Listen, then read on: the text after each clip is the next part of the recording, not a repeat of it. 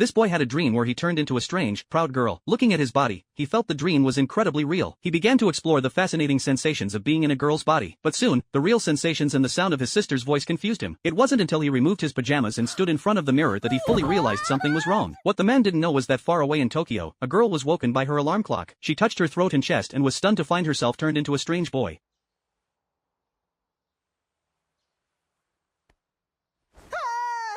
Her name was Annie, and she lived in a remote rural village. Her biggest dream was to leave the village and go to the big city of Tokyo. But that morning, she experienced a lot of strange things. During class, Annie was shocked to find that strange words were written in her notebook. Her friends also told her that she had come to school with messy hair the day before. Annie didn't remember that at all. The only thing she remembered was having a strange dream. Annie's family worked at a shrine, and every year, she and her sister would make kuchikami sake as miko, shrine maidens, for the gods. This method of making sake was said to be the oldest, but as Annie had entered puberty, she felt incredibly embarrassed doing this in front of her classmates. After finishing a ceremony, Annie shouted out in frustration at the shrine, wishing to be a handsome guy living in Tokyo in her next life. Perhaps the gods heard her wish, for Annie really did end up switching bodies with a handsome guy in Tokyo. At first, Annie thought it was just a dream. The modern, bustling city of Tokyo was a huge shock to the rural girl. Annie used a map to find her way to school, feeling excited about the big city. She was late and arrived at school after the morning classes, but once there, John, the guy she now inhabited, took her out for lunch. However, his friends noticed that today, John seemed a little odd. His posture and speech were more feminine than usual. When they mentioned going to a cafe, John, or rather, Annie, became overly excited, as if they had never been before. Annie wanted to try coconut-flavored pancakes, but one serving cost 1,600 yen, almost equivalent to her entire monthly allowance. She thought it was just a dream, so she let herself indulge. However, her phone buzzed with a reminder that she was about to be late for work. The only problem was, she had no idea where she worked. With the help of John's friends, Annie finally made her way to a restaurant for her first day of work, but she made plenty of mistakes due to being nervous. Meanwhile, a man at the restaurant noticed her blunders and decided to take advantage of the situation. He put a toothpick in his pizza, hoping to eat without paying. Annie, puzzled, questioned why there was a toothpick in an Italian restaurant. The man, offended,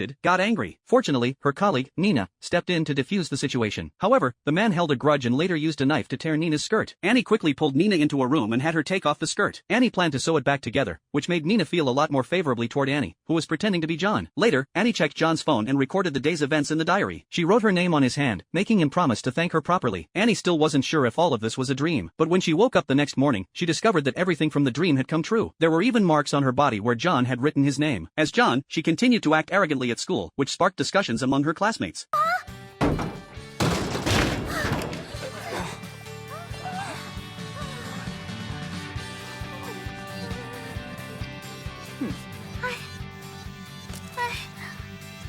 I did what?